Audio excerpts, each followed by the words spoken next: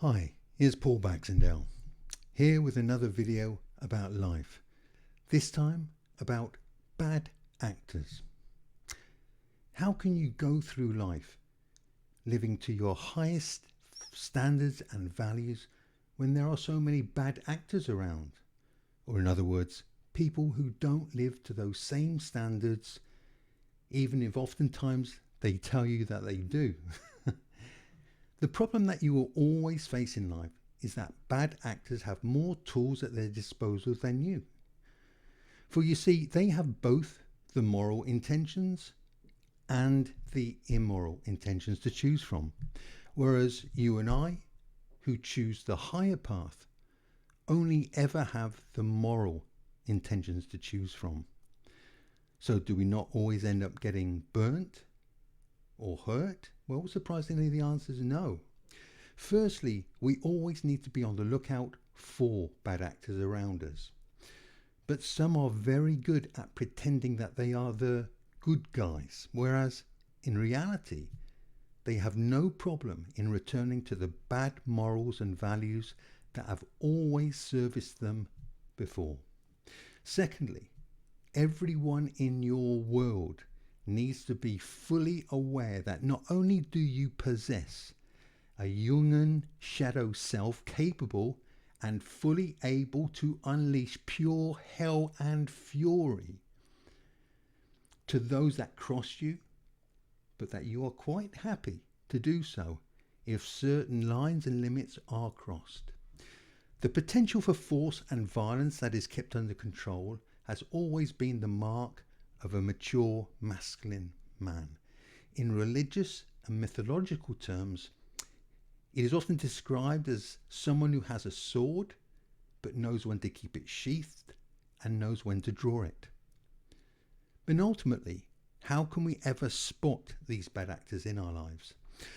I think the answer lies in reputation and life legacy. And I'll give you an example. In my industries of academia, mentoring, bodybuilding, supplementation and coaching, a reputation is built up over a number of years that someone has been in the industry. To be well trusted, you look to someone who has been in the industry that you seek help from for a number of decades that they have been there. And what is their reputation? I've been in the bodybuilding industry for over 40 years now, and I like to think I have a reputation that is beyond question. Not once in my life have I ever misled, missold, stolen or abused the trust of anyone.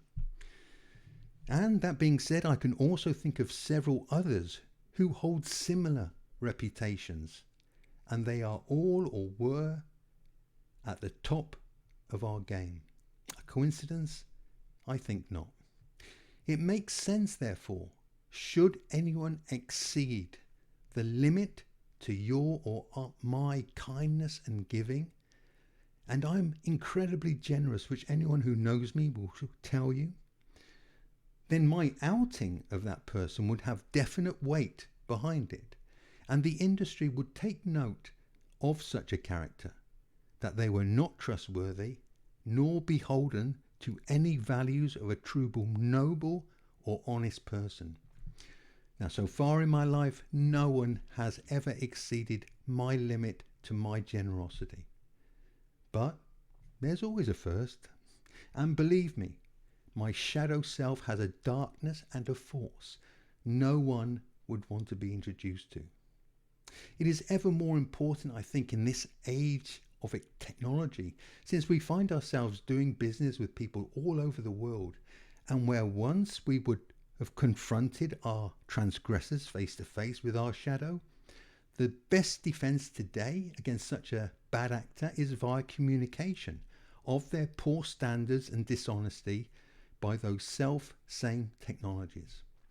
I'm not a believer of calling people out for small transgressions, but if you are of a generous and a giving nature, and you know your limit and have set your limit, and it is then crossed, then lo and behold, that action is warranted.